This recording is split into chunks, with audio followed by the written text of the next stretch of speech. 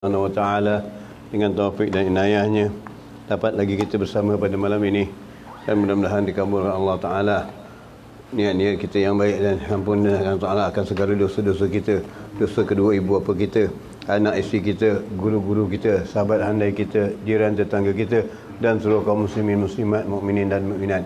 Diberikan keberkahan hidup dunia dan akhirat, dijauhkan kita dari segala balak, malapetaka, wabak, penyakit dan sebagainya.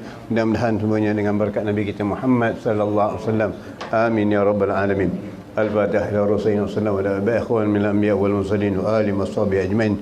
Thumma ila sadatina Abu Bakar, Umar, Utsman, Ali وزيادة فاطمة وزارة الرضا نعم الحسن والحسين زين العبد جعفر الصادق وسائر الكاظم سيدنا علي وردينا من من الحاج إلا الله ما بيسبك مقدم محمد بن علي بعلوي وسيدنا من الشافعي شعري وظال قرني وسيدنا بن عطاء الله وسيدنا عبد المشيب وآخر مسلم تلمودي لكن تلمودي سيدنا الكدري وسيدنا إمام علي غير سيدنا إمام عند حجر الأسقلاني وسيدنا إمام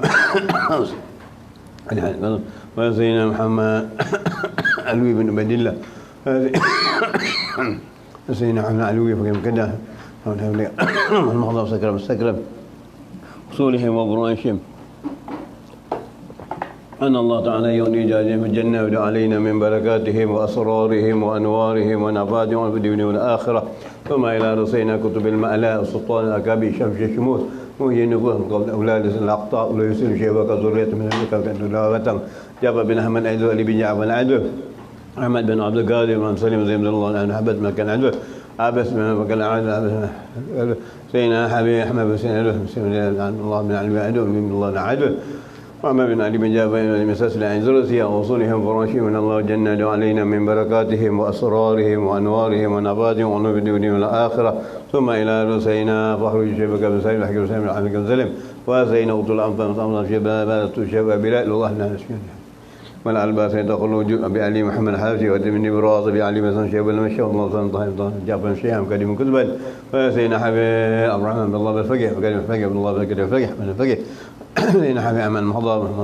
الله الله سيدنا المحضر سيدنا حبيب أحمد اللهم لا شاذي سيدنا شاذي حسن شاذي الله بن علي مسجد حمد شاذي شاذي سيدنا حبيب محمد بن أبي الملك أبس من هذه الملكة سيدنا حبيب أبس بن أبي الملك وسيدنا حبيب الله بن الله بن الله بن شاب علي بن الله بن شاب محمد بن الله بن شاب عبد الله محمد بن شاب من شهاب الدين ما بن شيء بن شاب سيدنا حبيب من الله حدث الله سلم حدث كما قولوا سيدنا حدث علي محمد حدث سيدنا حبيب سيدنا حبيب سيدنا حبيب يرحم الله عزيز الله عزيز عزيز يدعو من يحفظ بوتنكر وسيدنا حبيب محمد شيء بشيء وشيء جلاله سيدنا حبيب عبد القاطع ما فينا سيدنا حبيب من جفري مرة عشير سيدنا حبيب الجفري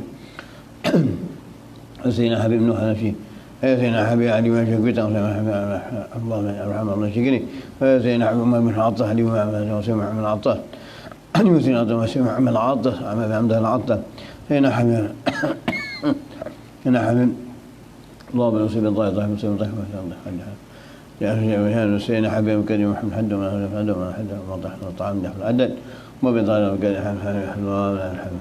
حبيب محمد بن ابي بن حد محمد بن حد وبيطالب حد ناسيه واصوله وقرائش كيف يبلاش مكرم يوم بلي الاخره ثم يصور اصلا يوم فراش من الله جل علينا من بركاته واسراره ثم إلى سيدنا وهدينا وديك أمتنا وأمته خاصة والمسلمين عامة خصوصا من أمر هذا المسجد وتصدق في الخير وعافية على هذه النحمانية الصالحة وإله قصد النبي محمد صلى الله عليه وسلم يسير الفاتحة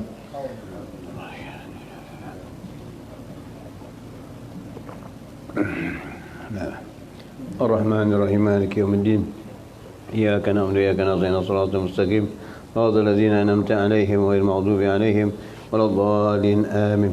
بسم الله الرحمن الرحيم الحمد لله رب العالمين والصلاة والسلام على سيدنا محمد وعلى آله وصحبه أجمعين. اللهم رحمة الله بنا الصلاة والسلام دائمين بدوام كله. اللهم صل وسلم رحمة الله بنا الصلاة والسلام دائمين بنك صفا نبيين بأمثال الهاكد المكرمين. اللهم اسكب بالنور جهنم اللهم صل قضاء تماما. اللهم نعم قلوبنا بأنواع معرفتك وافتح لنا وهب لنا عبادك الصالحين وصلنا رب من ذكرك واسك الفتوح والمنور والسوء والجساء والرهبة والتنسل. اللهم اللهم اسك من شبر بالشام وهب يا غني يا رب اللهم إنا نسأل من الحسام اللهم أعطينا الحكيم اللهم المعدود من شر يا وهاب يا غني يا عم الرحيم الله يا فتاح يا علي افتح لنا فتوح يا فتاح يا علي افتح لنا المقربين وصلى الله عليه وسلم الحمد لله رب العالمين اللهم صل وسلم وبارك عليه وعلى آله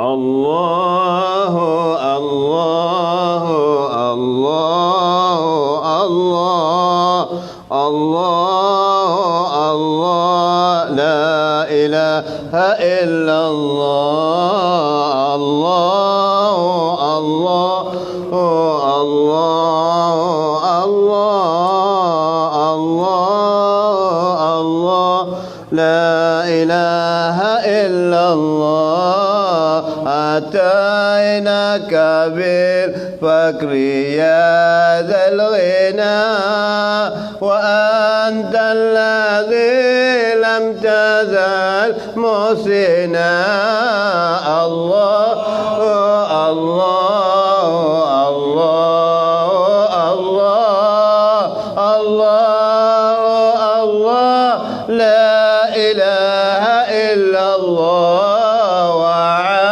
وعدنا كل فضل عسى يدوم الذي منك وعدتنا الله الله الله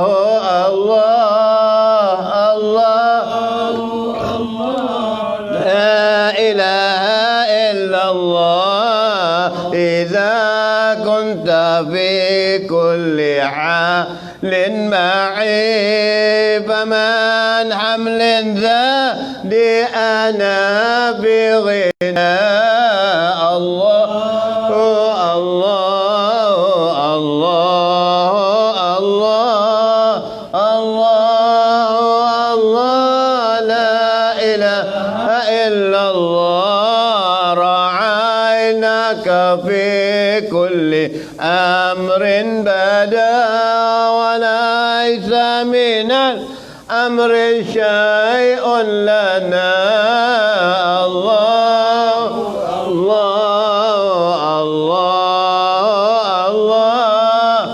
الله الله لا إله إلا الله يا رب صل على المصطفى صلاة تكون شفاء لنا الله الله الله الله الله لا إله إلا الله ويا رب صل على المصطفى صلاة تكون أمانا لنا الله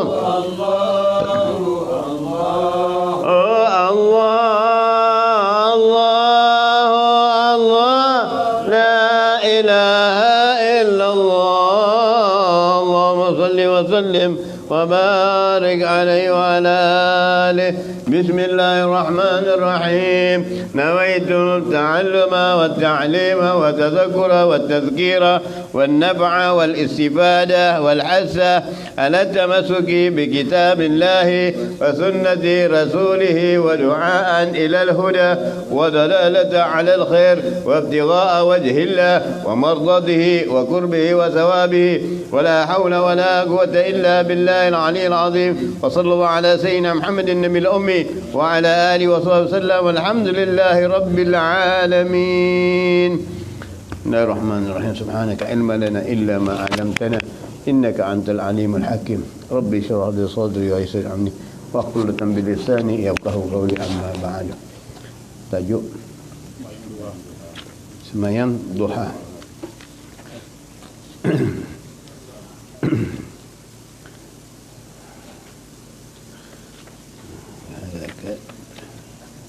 sembahyang duha. Bismillahirrahmanirrahim. Qala radhiyallahu ta'ala wa nafa'ana bihi fid di wa dunya wal akhirah. Sembahyang duha. Di antara sembahyang sunat harus dipelihara ialah sembahyang duha. Sekurang-kurangnya sembahyang duha ialah 2 rakaat dan sebanyak-banyaknya 8 rakaat. Ada pula setengah qaul mengatakan hingga kepada 12 rakaat kerana sembahyang duha ini kelebihannya amat besar. Waktu yang afdal untuk mengerjakan sembahyang duha itu ialah setelah berlaku sedikit dari 1/4 siang. Jadi duha ini ialah sembahyang yang dikatakan oleh ulama, yang dituntuti, yang digalakkan supaya melakukannya. Bagaimana Allah firman, "Wadduha wal laili idza saja." Dengan waktu duha, bagaimana dengan waktu duha itu. Jadi waktu duha dan waktu malam itu yang terbaik sekali. Jadi ini duha ini Allah siapkan satu pintu di yaumil qiyamah yang mana tidak akan masuk orang itu melainkan salat duha. Jadi ulama ada mengatakan sembahyang duha 2 rakaat. Ada yang sampai 8 rakaat, ada yang mengatakan sampai 12 rakaat. Kemudian sembahyang duha ini baiknya dibuat tiap-tiap kali solat duha 2 rakaat, tiap 2 rakaat 1 salam. Boleh dibuat 4 rakaat 1 salam. Boleh dibuat 6 rakaat 1 salam dan boleh dibuat 8 rakaat 1 salam. Tapi kita manusia sifatnya pelupa. Sembahyang 3 rakaat dah kelang kabut. 2 ke 3 boleh dilakukan, tapi naklah dengan ingatan yang baik dan kepahaman yang baik. Jadi boleh buat. Jadi tak ada larangan. Maknanya waktu yang terbaik untuk salat duha itu ialah 1/4 daripada siang. Jadi ulama mengatakan sebaik-baik waktu itu adalah di antara 9:30 sampai 10:30. Kurang kita waktu sekarang lah. Lebih kurang begitulah, 9:30 sampai 10 atau 10:30. Itu waktu yang paling terbaik sekali. Sebab kalau lepas syuruk kita boleh setengah jam lagi kita boleh salat duha, tapi di ulama mengatakan lebih baik situ. Kerana apa? Kerana antara 9:30 sampai 10:30 ataupun 10 itu dah waktu yang paling baik. Sebab lepas 10 disunatkan kita tidur gailulah, dipanggil tidur yang sedikit. Maknanya tidur lebih kurang 20 minit, tidur lebih kurang 30 minit, paling lama lah, begitulah. Maknanya tidur yang sedikit untuk kita dapat berjaga di waktu malam. Jadi tujuan tidur itu bukan tidur semata-mata, tetapi dengan niat untuk malam sekarang dapat bangun tahajud, dapat bertahajud kepada Allah SWT. Jadi waktunya itu kurang lebih maknanya belum sampai kepada waktu zuhur sebaiknya lah. Jadi kalau tidur dah lepas zuhur berdengkur macam pun payah juga. Jadi maknanya ambil tidur itu paling ringkas sekali. Tidur gailulah, tidur yang sedikit. Jadi dengan itu jadi salat duha tadi maknanya boleh dilakukan 2, 4, 6, 8. Dengan 2 rakaat sekali salam, 4 rakaat sekali salam, 6 rakaat sekali salam ataupun 8 rakaat sekali salam. Ada pula yang tambah lagi 10. Itu maknanya kata kita tidak sampai ke situ. Jadi kadang-kadang kita ambil 4 pun boleh. Jadi itulah salat duha. Kerana fadilat duha ini amat besar sekali.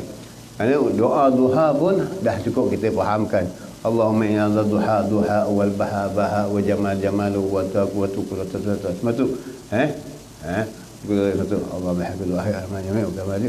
Sematu berhak doa wa jamalu qurratu sampai situ doanya maknanya terus sekali. Allahumma kana Allahumma kana andu wa anil baqi al wa an kama ala wa an sayyiduru wa in kana muhammadan wa in kana haraman fattahiru. Jadi sini ada doa surah, ada sikit panjang sikit. Allah wa in kana haraman fattahiru, maknanya yang haram kau bersihkan, bukan begitu maksudnya.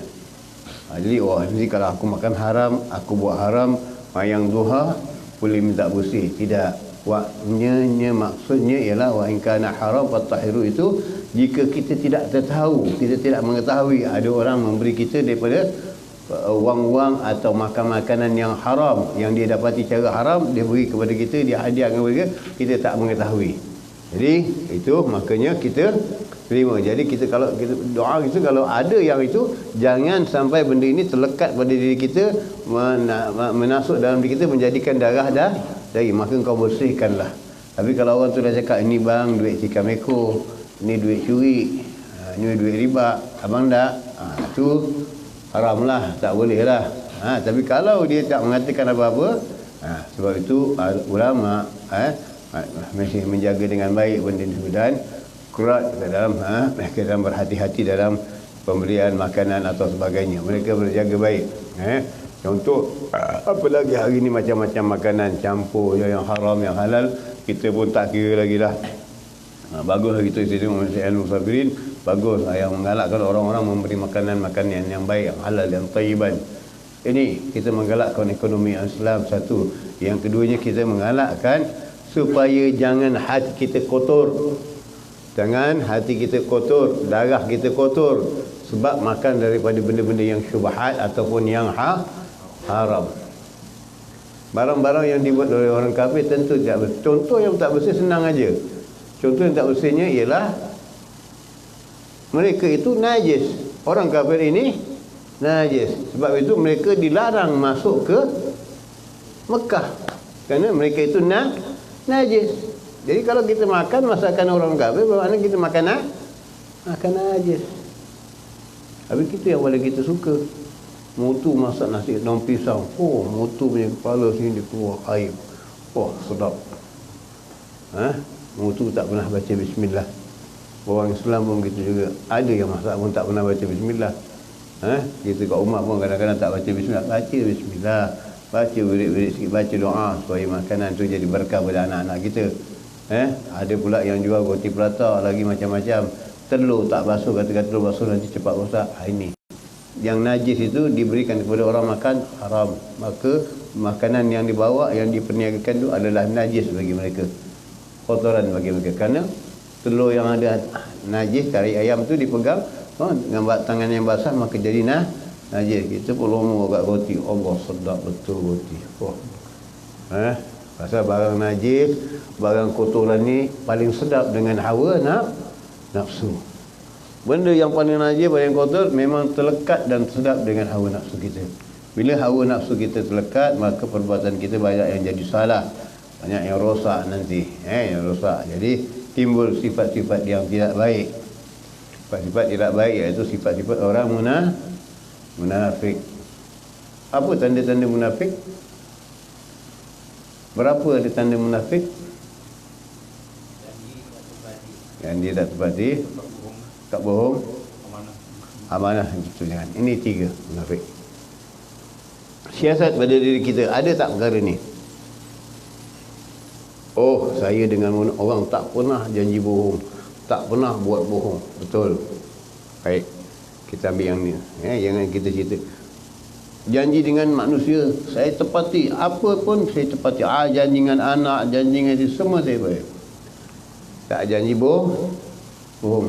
Tapi tak selalu tak kita berjanji dengan ya Allah bohong. Ada tak kita berjanji dengan Allah bohong? Ada tak? Ya Allah, aku tak buat ni. Kita tak akan cakap begitu. Tapi kita berjanji dengan Allah bohong. Ada tak? Dan bagaimana caranya? Bagaimana cara pembohongan kita? Ada kita berjanji dengan Allah, kita bohong. Dan bagaimana cara pembohongan kita itu?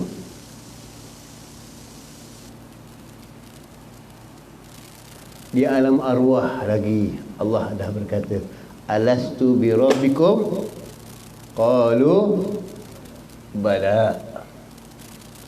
Mana yang menjawab roh yang yaqalul bala itu adalah orang-orang Islam. Yang kata orang ulama, yang tak menjawab itu adalah roh orang kafir. Jelas. Mana yang tak menjawab? Kafir tak jawab langsung kerana tak menjawab suruhan Allah. Yang menjawab orang Islam. Di dalam orang Islam ada orang mukmin, ada munafikin, Islam zahir, zindik dan sebagainya.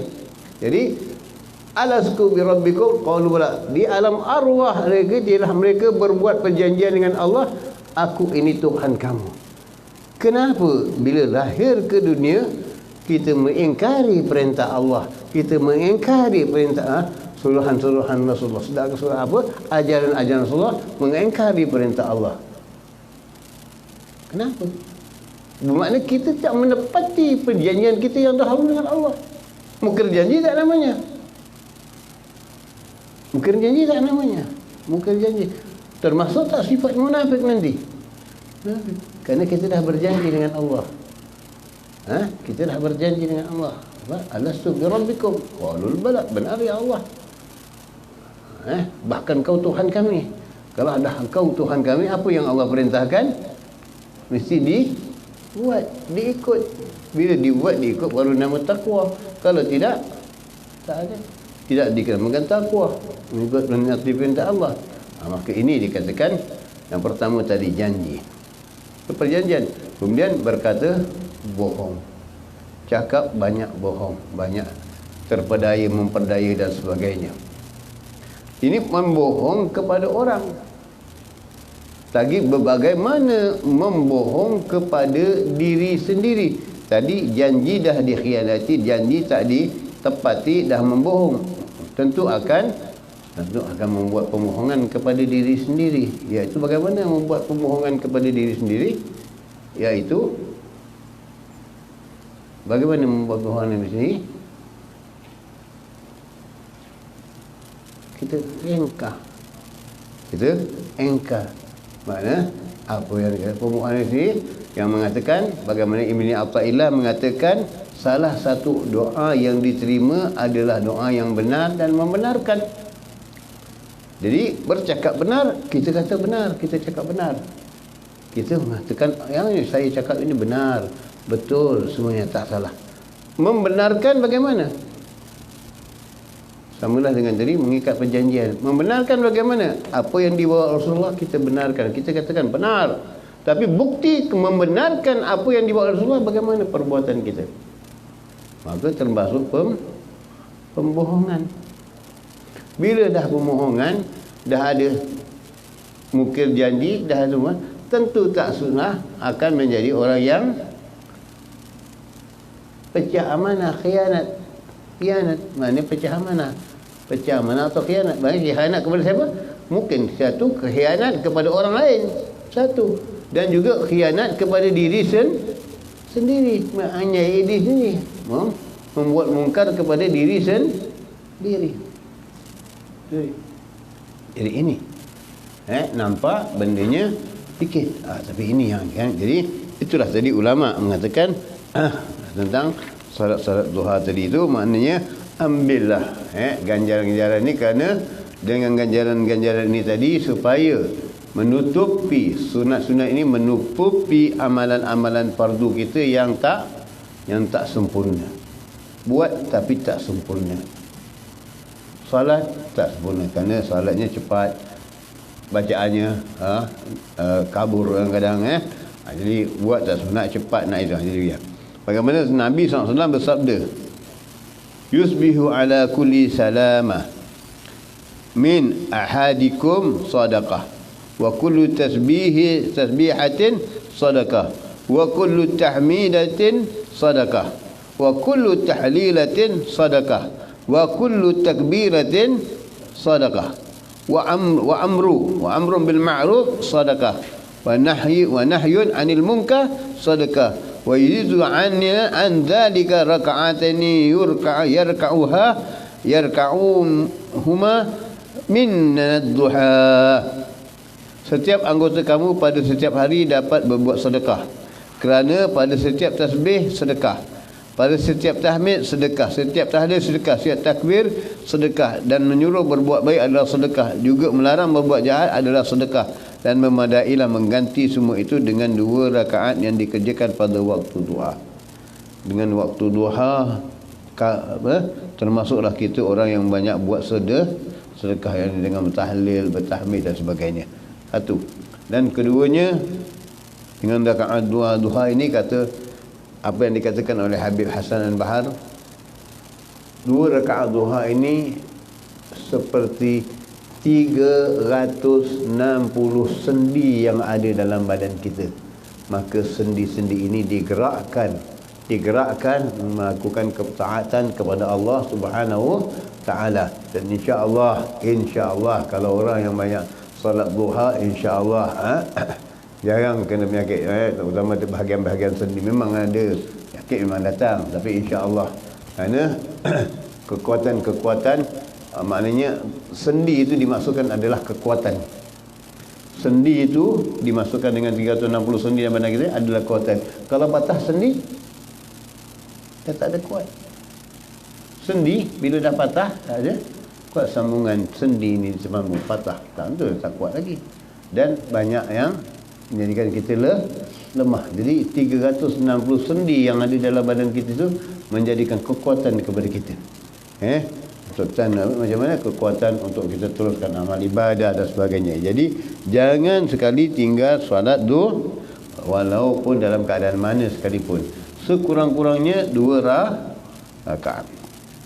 Sabdanya lagi, man hafaza ala syafa'at duha ghufirat lahu dhunubuhu walau kanat mithla zabadil bahar. Nampak? Siapa yang memelihara 2 rakaat duha, nescaya terampun dosanya sekalipun sebanyak buih di laut. 2 rakaat buih di laut. Yang mana pada hadis satu lagi Nabi mengatakan, umat aku di zaman ini ramai, selalu ramai. Tapi mereka diinjak-injak orang kafir. Kenapa mereka boleh diinjak-injak oleh orang kafir, oleh Yahudi, Nasrani, Majusi dan sebagainya? Kerana mereka itu ramai. Tetapi ramainya mereka itu ibarat buih di laut. Buih di laut ramai, tapi umpama buih di laut. Bagaimana buih di laut? Tak boleh menahan apa-apa, ditolak ke tepi, ditolak ke tengah, mengalun. Jadi inilah umat Islam hari ini. Jadi dengan salat duha, mudah-mudahan sendi-sendi kita, keutuhan kita, anggota kita, kesatuan kita menjadi kuat, menjadi teguh, menjadi manfaat dan sebagainya. Jadi itulah jadi sekurang salat duha ini jangan ditinggalkan. Penting sekali salat duha. Maknanya sunat yang dituntut, dikatakan sunat yang dituntut, yang digalakkan. Kemudian kata Tuan Pengarang lagi, sembahyang ini dinamakan juga sembahyang awabin. Maknanya sembahyang orang-orang awabin.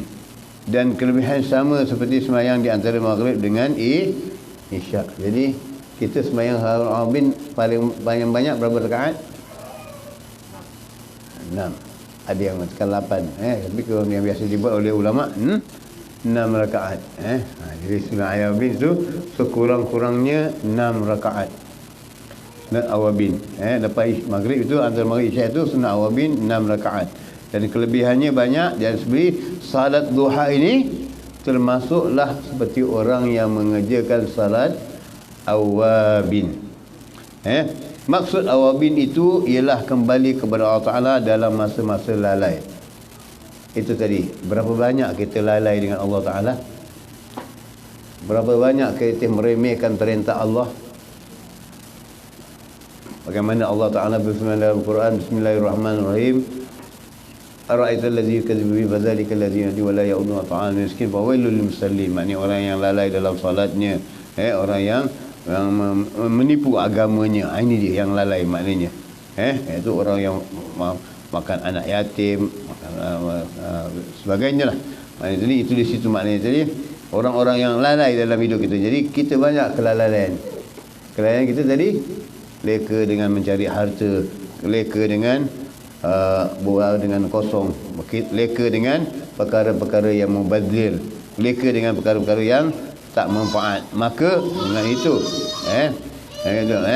waktu-waktu yang pertama ialah kerana manusia terlalu bertukar lumur mencari sara hidup dan keuntungan dunia. Jadi manusia berlomba-lomba mencari sara hidup, sebab itu Allah tengok, Allah punya sayangkan umat Muhammad, Allah cinta pada umat Muhammad. Contoh diberikan kita, salat yang paling ringkas sekali dalam fardu ialah salat subuh. Berapa rakaat? 2 rakaat. Itu pun payah nak bangun. Itu pun payah nak buat 2 rakaat. Tidur sampai terbit matahari. Bila dah terbit matahari, semayanglah fardu subuh qada. Mak pun tengok, alhamdulillah anakku ingat bangun subuh. Rupanya anak qada subuh. Dalam qada subuh tu mak tengok bayang duha bagus, ada kunut sekarang. Sejak belajar dengan Habib ni, tu nak duha pakai kunut. Wah, dia betul lah. Rupanya anak tertidur tak semayang subuh. 2 rakaat saja Allah beri, bukan banyak sangat. Tengok yang lain 4 rakaat, asar 4, zuhur 4, isyak 4, maghrib 3. Kerana maghrib masih lagi manusia dalam kesibukan, kerja nak balik rumah apa semua. Allah Maha sayang, Allah pengasih kepada umat Rasulullah SAW. Dan paling tahu sekali, anak subuh 2 rakaat. Itu pun tak pergi juga, tak ambil berat juga. Bangun pun lah lambat. Bila bangun, bila kata, oi, rumah terbakar, cepat bangun. Takut diri terbakar. Tapi dia dah membakar agamanya dah terbakar sehingga salat subuh. Agamanya dah terbakar, tak tahu. Tapi rumah terbakar, cepat-cepat bangun. Begitulah ayah tengok anak. Mak anak kata, sian anak kita balik dah jauh malam tadi, biarlah dia tidur rehat sikit. Oi, kata maknya, abahnya, oi, cepat kerja anak kita bangun subuh, dah lambat ni. Kata ayahnya, kata ibunya, kiak-kiak biar dia tidur dulu. Biarkan dia tidur, kerana kepenatan sangat, baru sampai tidur. Ayah pun diam je lah. Mak kasi rehat, anak sampai bangun lepas terbit matahari hilang subuh. Tapi tadi kalau rumah terbakar, ayah kata biarkan saja anak, jangan bangun-bangunkan. Mak kata apa? Mana boleh, anak kita terbakar. Tapi tadi bakar agama untuk anak boleh. Ini dia perbandingannya. Kita cuba fikirkan baik-baik. Perbandingan yang mudah bagi kita. Kemudian kembali ke rumah masing-masing dan untuk menjamu selera.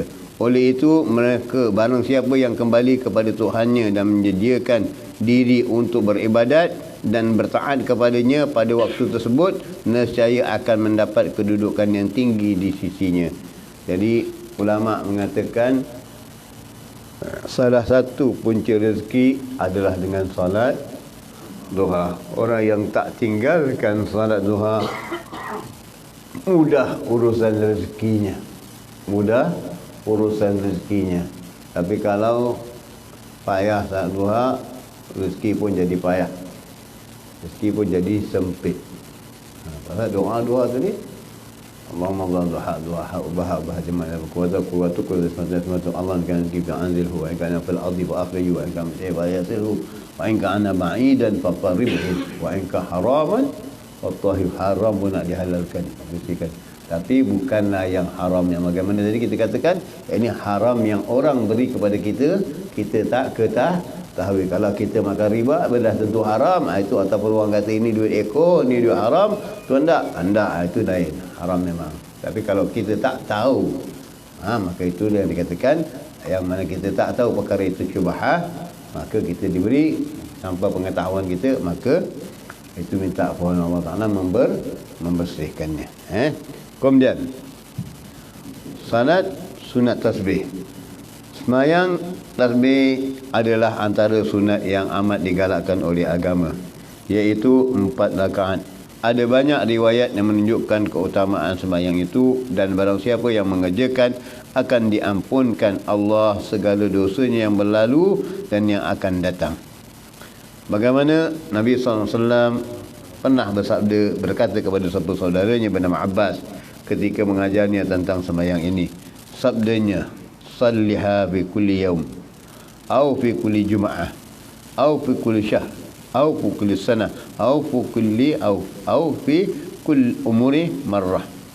Artinya kerjakanlah sembahyang tasbih pada sehari sekali, ataupun pada setiap Jumaat sekali, ataupun pada sebulan sekali, ataupun pada setahun sekali, ataupun pada seumur hidup sekali. Jadilah, jangan tak pernah buat tasbih langsung. Tapi pada para ulama biasanya memang mereka buat tiap-tiap malam. Yang mana mereka yang ada buat seminggu sekali, yang ada Jumaat sekali, yang ada buat maknanya tadi Ramadan, setiap Ramadan dalam sebulan penuh dengan solat tasbih. Itu mudah-mudahan kita dapat lakukan.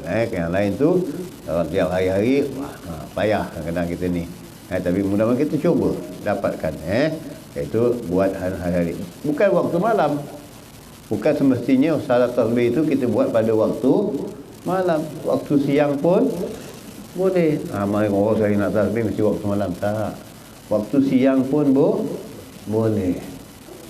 Dan maknanya cara solat tasbih itu maknanya pada waktu berdiri 15 lepas subhanallah, maknanya takbir Allahu akbar, tak payah baca al-Iftitah, cukup baca subhanakallahumma bihamdika wa tabarakasmu ta'ala jaddu wa taqaddasu asmu wa la ilaha ghairuk.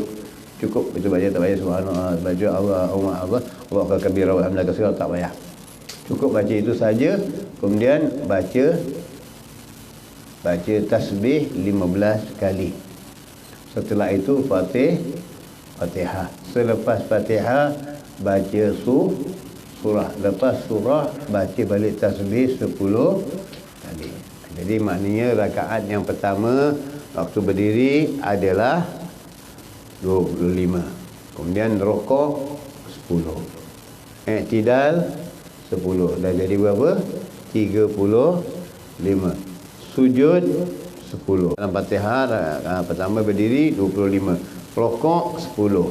I'tidal 10. Dah 25 45 sama 23 45. Kemudian kemudian sujud 10. Dah 50. Duduk antara dua sujud 10. Dan duduk sujud lagi 10. Maka dari 75. Ada orang dia tak buat begitu. Ada orang buat antara nak bangun tu dia kena tasbih lagi 10 kali. Jadi untuk memudahkan sebaiknya kita sujud dulu, jadi bangun dengan baca, berdiri lagi dengan baca tasbih balik semula lagi 15 kali. Dan begitulah sampai pada 4 rakaat dengan satu salam. Surah boleh pilih masing-masing. Surah mana pilih lah yang kita senang, yang mana yang mudah bagi kita. Surah yang pentingnya kita buat, kita lakukan solat tasbih. Jadi kalau tak dapat tiap hari seminggu, tak minggu sebulan, tak sebulan setahun, tak setahun seumur hidup sekali. Jangan tak pernah buat langsung. Ini macam kita makan apa? Yang paling susah sekali nak makan daging kijang. Payah dapat, tapi kalau dapat seumur hidup sekali makan daging kijang pun jadilah sedap. Pasal nak dengar dia orang cerita macam mana sedapnya daging kijang. Kita teringin, kalau dunia tu kita teringin, macam mana daging kijang sedapnya. Teringin nak makan, pasang niat. Ini salat tasbih tak pernah pasang niat. Salat tasbih tak pernah pasang niat nak buat salat tasbih. Tapi kalau orang kata, daging kijang, daging rusa special, belum pun nak makan dah. Kat mana boleh dapat ikhtiar kalau nak cari. Dapat dalam seumur hidup. Orang kata dah pernah makan daging kijang? Nah, orang dulu aku dah makan. Jadilah seumur hidup sekali buat. Tapi kalau tasbih tak pernah buat sampai seumur hidup pun tak pernah sekali pun. Jadi ini yang begitulah. Jadi seolah-olah kita bangga. Orang kata, kau makan daging kijang? Aku daging kijang tiap-tiap minggu makan lah. Kan? Kau makan daging ayam, kau makan daging kambing, aku makan daging rusa tiap-tiap hari. Menunjukkan kebanggaan tentang makanan. Tapi kenapa salat tak bangga? Aku buat tasbih setiap hari. Tapi kalau makan daging rusa setiap hari, aku rumah hari-hari makan daging rusa. Tak heran lagi lah. Sombongnya. Begitu. Tapi kalau makan, kalau solat tasbih tak ada pula sebut setiap hari aku lakukan solat tasbih, tak ada. Itulah kita. Kemudian kata Nabi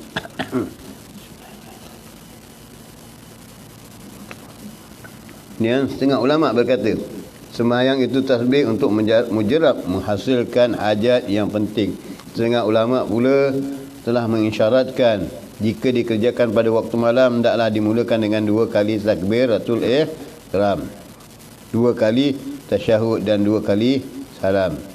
2 rakaat, kemudian 2 rakaat lagi, maknanya 4 kali. Maknanya 4 lah rakaat, maknanya 2 kali salam, 2 kali Fatihah, 2 kali pun maknanya 4 lah. Maknanya 2 kali takbiratul ihram, maknanya 4 lah rakaat. Maknanya 2. Siang boleh buat 1 kali salam dengan 4 lah rakaat. Beza.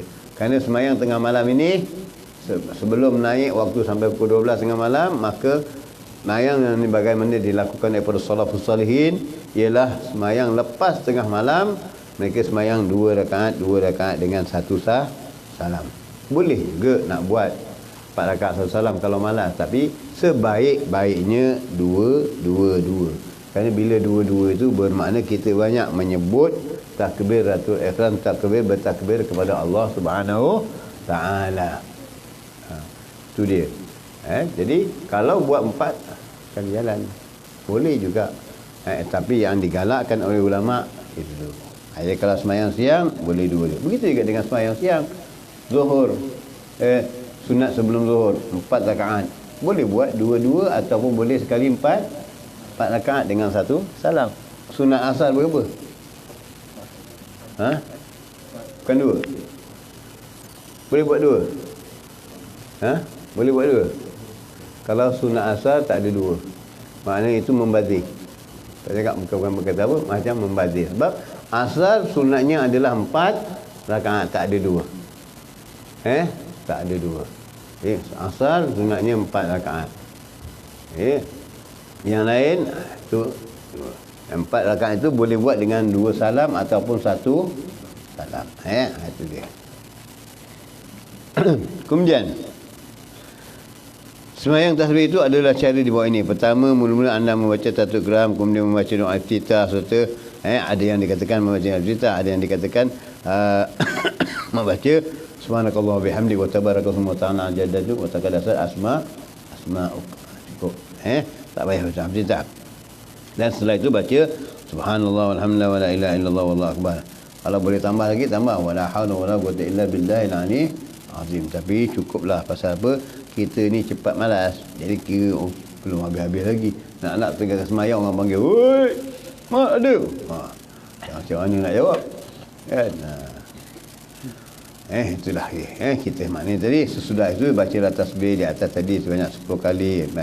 Yang mana kita telah terangkan, rokok membaca 10, tegak rokok berrokok tidak 10, dan baca tasbih dalam sujud 10, dan baca dalam tasbih itu 10, dan sujud lagi baca 10, dan baca dulu antara dulu sujud dan juga 10. Dan sebelum membaca hendaklah membaca sebab itu terlebih dahulu 15 kali. Kemudian berlakulah yang lain seperti rakaat yang pertama tadi. Maknanya itulah yang paling senang, 15 dulu sebelum Fatihah. Lepas tu baca Fatihah. Jadi tak di tengah jalan itu kita tak kena baca lagi waktu nak bangun nanti. Dia. Kedua, anda melakukan seperti pertama tadi juga, cuma anda tidak membaca tasbih di antara takbiratul ihram dan surah Fatihah, tetapi memadailah anda membaca tasbih sudahnya. Apa boleh? Maknanya berbagai macam cara lah. Yang pentingnya menjadikan dia kepada 300 tasbih semuanya. Setengah ulama berkata, hendaklah ia membaca zikir yang biasa dibaca pada rukuk, i'tidal, sujud dan antara dua sujud, dan sebelum membaca tasbih. Maknanya sebelum baca tasbih tadi baca subhanallah wa bihamdi, subhanallah wa bihamdi. Baca dulu, lepas tu baru baca tasbih. Siapa yang lupa membaca tasbih atau lupa sebahagian darinya pada waktu rukun tadi, hendaklah ia membaca pada rukun sesudahnya. Pada pendapatku, setiap orang yang rajin beribadah tidak harus meninggalkan sembahyang ini. sekurang-kurangnya seminggu sekali ataupun setiap bulan sekali ataupun wallahu alam. Tuan pengarang tak komen lagi.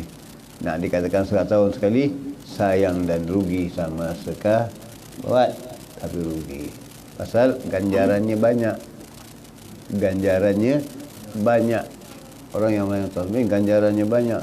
Kita apa yang nak dalam ganjaran hidup dunia ni? Nak sampai hajat. Nak minta hajat itu, nak minta hajat ini. Tapi salatnya sedikit. Buatnya sedikit. Ini dia. Yang Nabi tunjukkan begini. Ini mudahkan hajat, memudahkan segala urusan dan termasuklah orang-orang yang sentiasa bertasbih kepada Allah Subhanahu Ta'ala. Kemudian, ini kita ambil sikit. Beribadat antara maghrib dan isyak. Di antara sunat yang amat dituntut ialah menghabiskan masa antara maghrib dan isyak. Dengan bersembahyang. Itulah yang paling afdal sekali. Ataupun gunakanlah masa itu dengan membaca Quran atau berzikir kepada Allah seperti bertasbih, bertahlil dan sebagainya. Bersabda Nabi SAW, Man salal ba'da maghrib 6 raka'at la yafsilu bainahunna bikalam adalna lahu ibadatan isnata asyaratus sanah. Allah ahlan wa sahlan bika.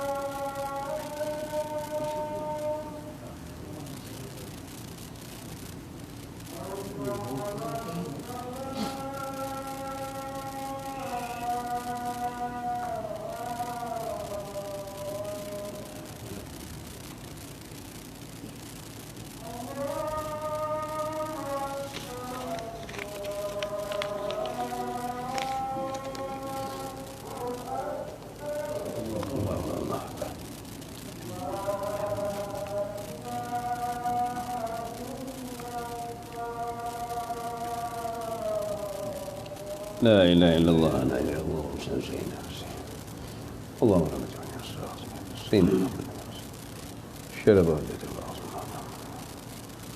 ya rahman. Alhamdulillah. Jadi di sini kita lihat hadis Nabi SAW, siapa semayang 6 rakaat sesudah maghrib tiada diserangi dengan suatu bicara. Nescaya kalau bicara pun bicara yang baik, nescaya samalah dengan pahala ibadat 12 tahun. Jadi bermakna 1 rakaat 2 tahun. 6 rakaat ada 12 tahun 1 hari. Kalau 10 hari dah berapa? Dah ada umur 120 tahun. Kalau sebulan dah berapa?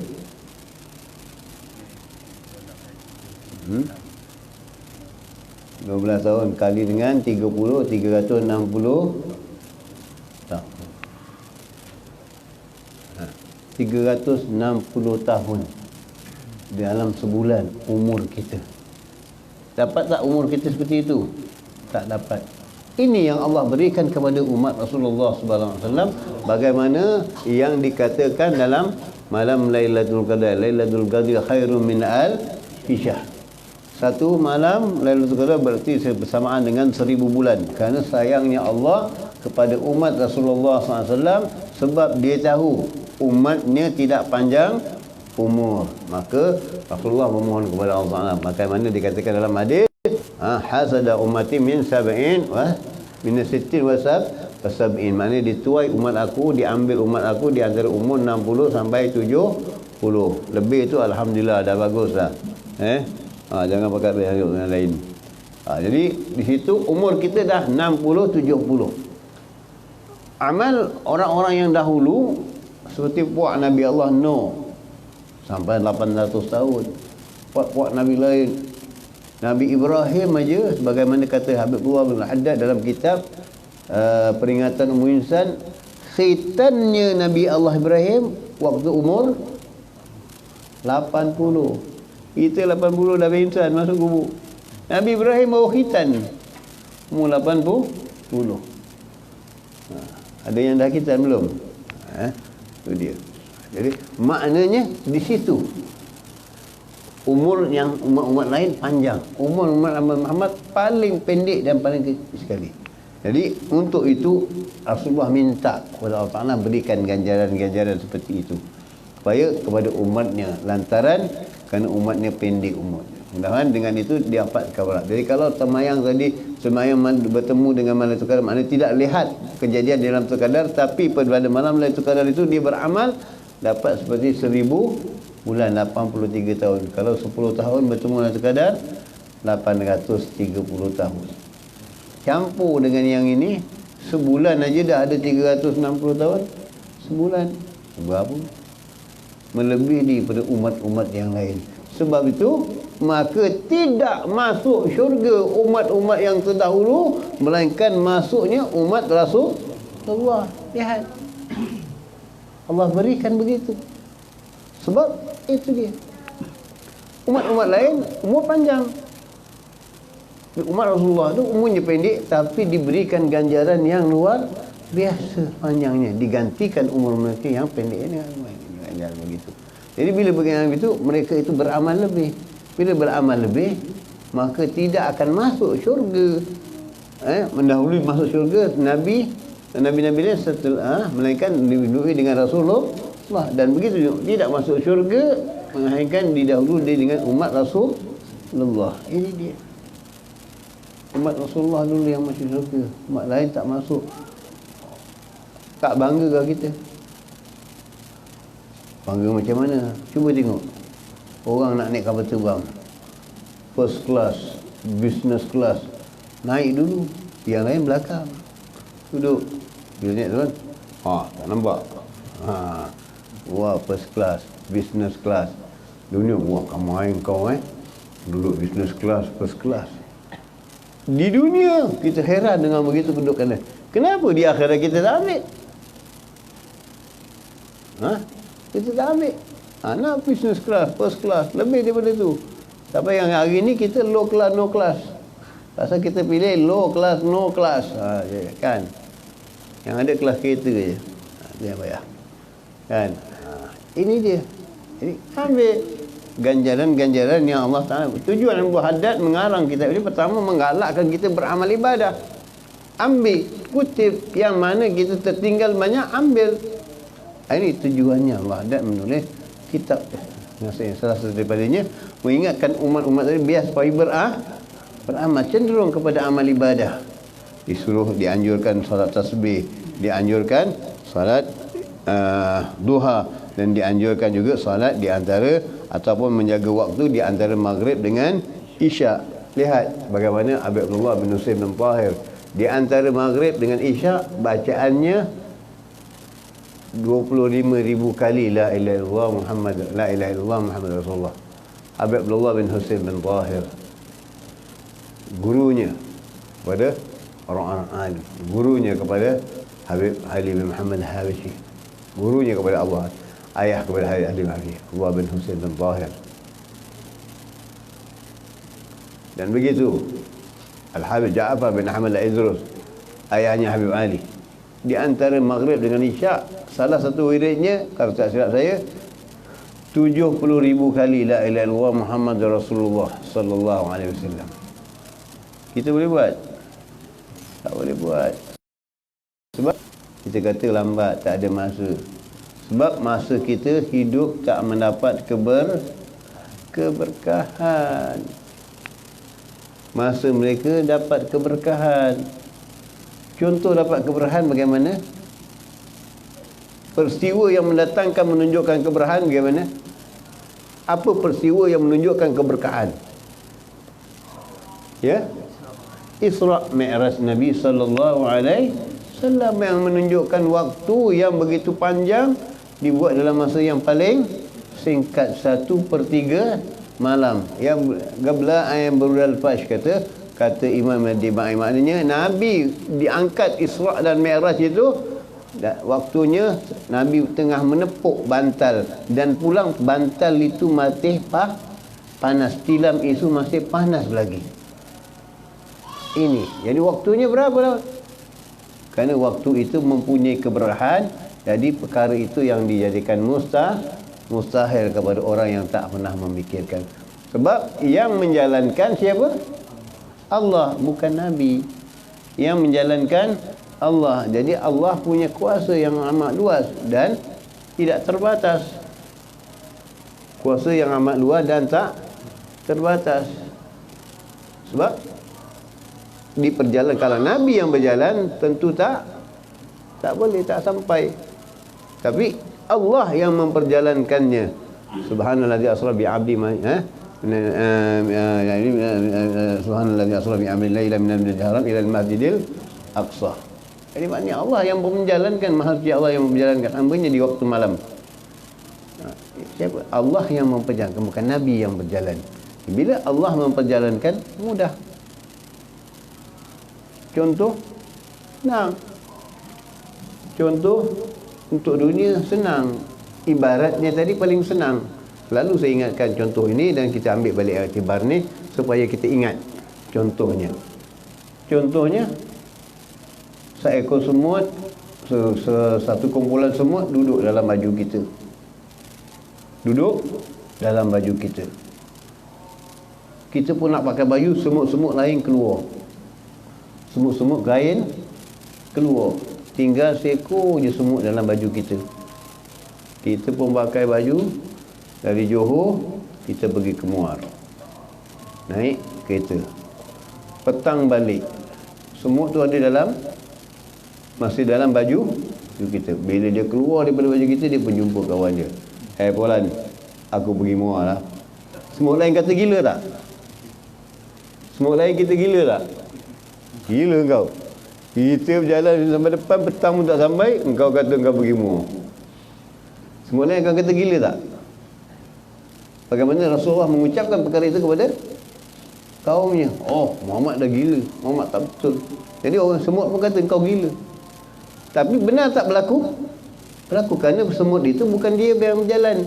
Yang membawanya, yang memakai baju itu, yang memperjalankan semut itu membawa ke pergi ke depan, balik, lepas tu balik ke Muar, balik petang hari. Kalau semut itu yang berjalan, nescaya tidak sampai. Itu kefahamannya. Itulah luasnya kuasa Allah Subhanahu Ta'ala. Jadi ini yang kita kena faham betul-betul. Jadi untuk meyakini iman kita, memperbaiki iman kita, mentajdid iman kita dengan keyakinan-keyakinan apa yang diberikan, apa yang diperbuat oleh Allah Ta'ala, kita bertambah yakin, bertambah keinginan kita. Jadi peristiwa-peristiwa ini yang kita anggap sebagai satu yang pelik, yang luar biasa, sebenarnya adalah kehendak Allah Subhanahu Ta'ala. Jadi banyak yang Allah Ta'ala tunjukkan. Kemudian sebuah hadis yang tersebut, man nama qabla salatul isya qabla salatul isya akhirati fala anama Allah ainah. Artinya barang siapa tidur sebelum salat isya, moga-moga Allah tidak tidurkan matanya. Jadi maknanya, apa maknanya sini? Mati. Jadi maknanya jangan tidur sebelum salat isyak. Hendaklah salat isyak dulu baru Tidur takut Allah tidurkan matanya. Bila Allah tidurkan matanya, maknanya mata tak buka, buka lagi lah. Bila tak buka lagi, wassalamualaikum, kain kapan lah. Pasal mata dah tak buka lagi. Jadi bagusnya salat Isyak. Dia orang yang lebih yakin, oh saya salat tengah malam kalau ada umur. Tapi mudah-mudahan kita minta kepada Allah Ta'ala. Sebab itu salat yang paling baik sekali di awal waktu.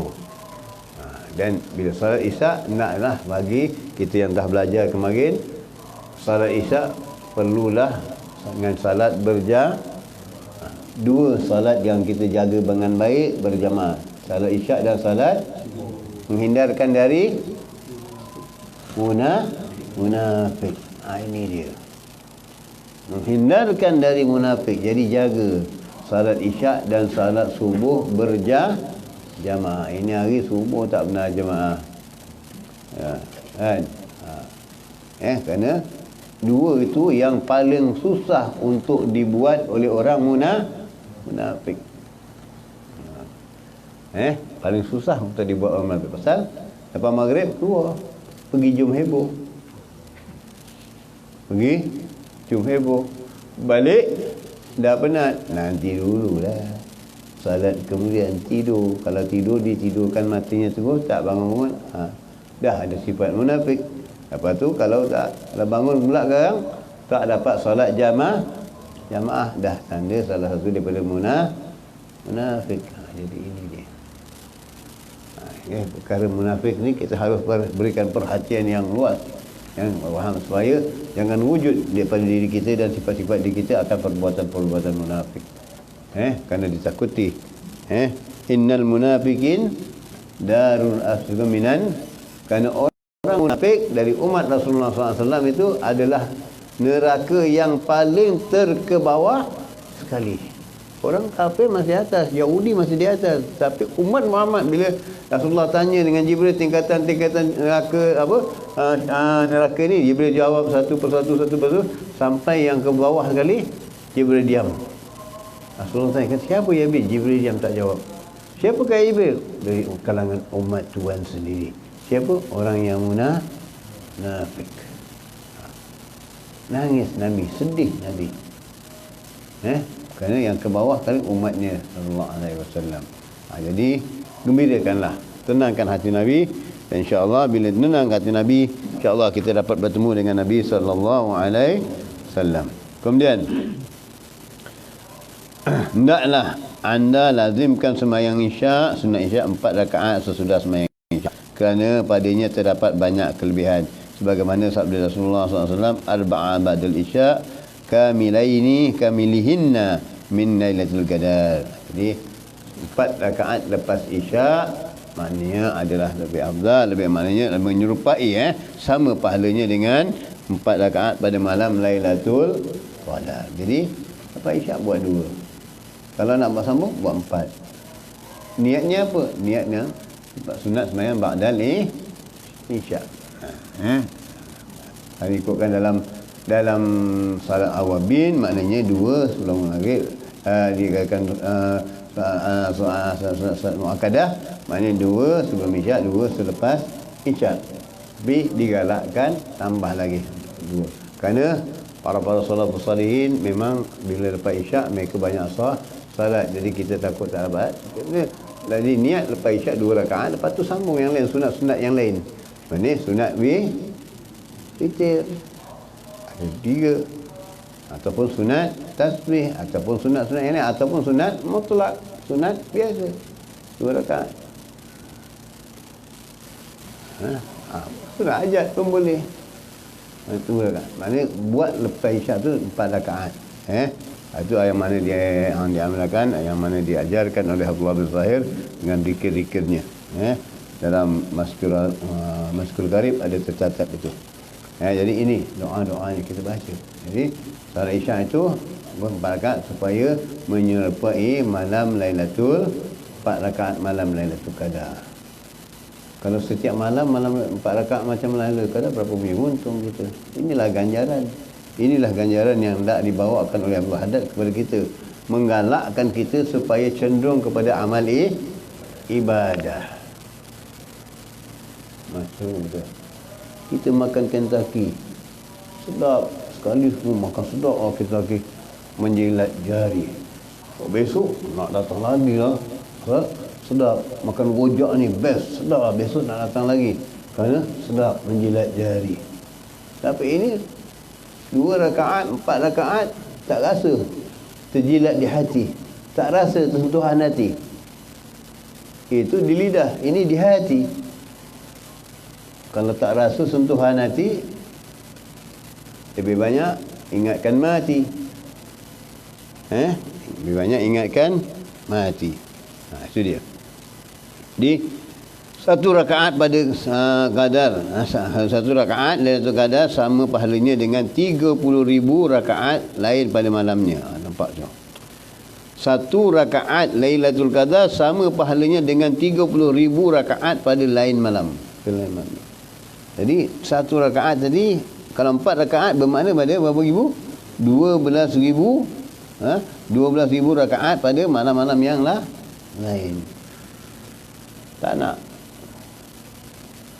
Kalau duit mencurah macam itu, ambil tak? Kalau duit mencurah, oh dah banyak, cukup tak? Ada cukup? Tak cukup, bawa lagi. Kalau duit. Tapi kalau ibadah, dah cukup lah. Tak terlaya lah, penat lah. Kira duit banyak-banyak, penat tak? Lama-lama penat juga. Lepas tu nak keluar, nak bawa pergi bank, takut pula berompak. Ada tak kiri kanan? Ada tak kiri kanan? Amalan tak ada apa berompak. Tak ada siapa nak berompak. Tapi takut, tak buat.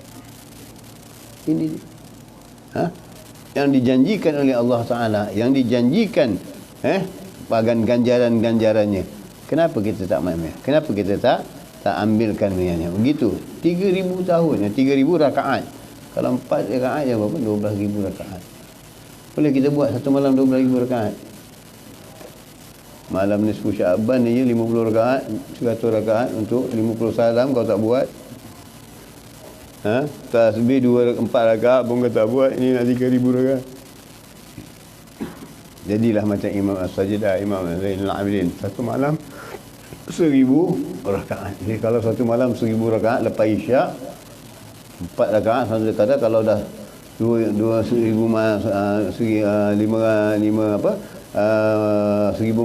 rakaat itu bermakna ada 500 alam. Berapa satu saat, satu alam? Berapa banyak ganjarannya? Wajarlah beliau uli itu diberikan kedudukan oleh Allah Subhanahu Wa Taala sebagai ahli sajdah. Wajarlah diberikan kedudukan, keramahnya, kepentingannya dan ketinggiannya. Inilah dia. Kerana mereka itu cenderung ibadah kepada Allah Subhanahu Wa Taala.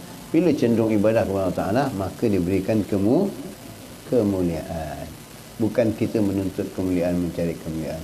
Hari ini kita menuntut orang memuliakan kita. Kita mencari orang memuliakan kita, orang mengangkat kita. Tak. Manusia mengangkat besok boleh lepas. Tapi kalau Allah mengangkat kita, insya-Allah Allah memuliakan kita. Itu dia. Kemudian berbicara sia-sia atau omong-omong kosong sesudah sembahyang Isyak adalah sangat makruh, kecuali pada perkara baik seperti mempelajari ilmu pengetahuan atau bermuzakarah mengenainya, atau menstudi perkara seumpamanya dengan amal-amal kebajikan. Jadi maknanya tadi di sini maknanya lepas Isyak boleh duduk berbuat yang berfaedah, yang baik dan sebagainya. Dan juga bermuzakarah. Jangan habiskan masa tu yang lebih sikit, maknanya muzakarah yang baik, perancangan-perancangan yang baik. Itu dia. Boleh macam-macam boleh. Muzakarah macam-macam bab boleh. Kelebihan bangun malam, ini kita tambah sikit lagi ya. Kelebihan bangun malam, adapun kelebihan bangun malam di tengah malam memang banyak faedahnya. Pahalanya pun besar. Kalau hendak disebutkan kelebihan bangun tengah malam dari Quran dan hadis, tentulah banyak sekali, sukar hendak dihitung satu persatu. Allah Ta'ala berfirman, ya ayyuhal muzammil qum min laili illa qalil nisfahu awis kun minhu qalil aw zid alaihi wa rattilil Qur'anil tartila. Hai orang-orang yang memakai selimut, bangunlah di tengah malam kecuali sedikit masa sahaja. 1/2 dari atau kurangkan sedikit dari itu. atau lebih dari itu, dan bacalah Quran dengan teratur. Jadi bangun tahajud malam, yang paling baik setelah salat, setelah apa adalah membaca Al-Quran. Boleh berzikir dan sebagainya, tapi sekurang-kurangnya kata ulama, ambillah Al-Quran, bacalah walau sehelai ataupun walau satu ain dan sebagainya. Janji baca Al-Quran. Kerana dikatakan oleh para ulama, barang siapa yang setiap malam di dalam tahajudnya mengaji Al-Quran, maka Allah memberikan pengetahuan dan Allah memudahkan padanya akan ilmu fikih. Yang kata ulama, boleh menjadi alim fikih. Kerana khusus itu Allah berikan kepada mereka yang bangun malam yang mengaji Al-Quran. Jadi walau sedikit mengaji Al-Quran, apalagi bila dah buat khatam Al-Quran tak latang pula, itu yang payah. Itu yang susah. Rancangan dah ada, tidak dikelolakan. Rancangan dah ada, tidak dipenuhi. Jadi macam mana kita punya rancangan? Rancangan yang lain kita penuhi. Wah, rancangan nak buat ini, rancangan nak ke Gunung Ledang, rancangan nak ke Gunung Jerai, semua buat siap, planning. Tetapi bila rancangan ngaji Quran, khatam Quran, tak ada, kosong. Rancangan Gunung Jerai 3 bulan yang dahulu dah siap. Jadi kita fikirkanlah, di mana kita? Benda mudah. Benda mudah. Dan rancangan Gunung Jerai tak dapat makrifah, tak dapat apa dari Allah Subhanahu Wa Taala. Rancangan membaca Quran, khatam Quran dihadiri oleh 70,000 malaikat. Bayangkan, di mana kita? Itulah kontotnya amal kita. Itulah kontotnya fikiran kita. Itulah yang pendeknya amat fikiran kita ke situ. Pasal kita mengutamakan yang lain dari yang lain. Yang afdal kita tak utamakan. Macam orang pinang anak perempuan dia. Orang pinang anak perempuan dia, tak pinang jalanlah. Oh tak, nanti dulu. Pinangkan orang lain dulu jalankan. Anak aku lambat sikit tak apa. Lepas tu anak kamu dulu kamu selamatkan, tapi disuruh anak orang tu selamatkan. Biarkan anak dia. Ataupun kena selamat, biar dulu selamat, tak apa. Kadang-kadang bapak pun selamat. Yang sikit pada malam ini, mudah-mudahan insya-Allah Allah Ta'ala mengampunkan dosa-dosa kita, mengangkatkan darjat kita, dan mudah-mudahan Allah beri kita petunjuk dan hidayah dalam kita melakukan amal-amal yang salih. Amin ya rabbal alamin. Bismillahirrahmanirrahim. Alhamdulillahirabbil alamin. Wassalatu wassalamu ala sayyidina Muhammadin wa ala alihi wa sahbihi ajmain. Rabbana anfa'na bima 'allamtana, rabbi amnin lan yanfa'una, rabbi faqihna wa faqih ahlana wa qarabatin lana fi dinina mahali kutli unsa wa rabbi wafiqna wa fikum lima tartadi qawlan wa fi'lan karama warzuqi kulla halalan da'ima wa akhila azkiya ulama nahza bi khairi wa nuqfa kulla syarr. Rabbana aslih lana kulla syuyun wa aghfir rabbi ridha minkal uyun waqdi 'anna rabbana kulla duyun qabla an ta'tiyana rusulun waqbitu anta akraman satan. وصلاة الله تعيش المصطفى منهل الحق دعانا والوفاء بكتاب للناس الشفاء وعلى الآل كرام شرفة وعلى صاحب المصابيح الأرى. اللهم اهدنا بهداك واجعلنا ممن يسارع في رضاك ولا تولنا وليا سواك ولا تجعلنا ممن خالف أمرك وعصاك. وحسبنا الله ونعم الوكيل ولا حول ولا قوة إلا بالله العلي العظيم. وصلى الله على سيدنا محمد النبي وسلم والحمد لله رب العالمين. يا ربنا ترفنا في أننا ترفنا وأننا أصرفنا على لظى أشرفنا فاتب علينا توبة تغسل كل واستر لنا العورات وآمن الروعات واغفر لوالدينا ربي ومولود أهلي والإخوان وكل ذي محبة أو والمسلمين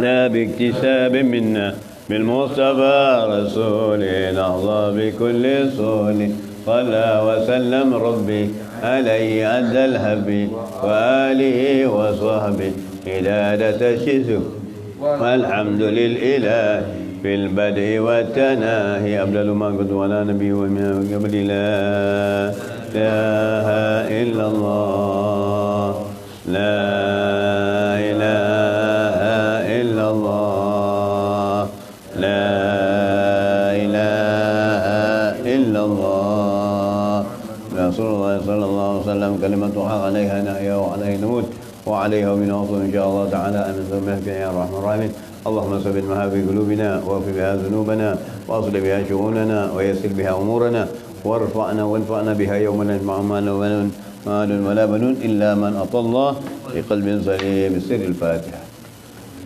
الرحمن الرحيم إياك نعبد وإياك نستعين صراط الذين أنعمت عليهم ولا الضالين آمين يا ربنا تقبل منا وإنك ولينا يا رب يا سبحانك الله السلام أخدم الحمد لله بهم تقبل الله منكم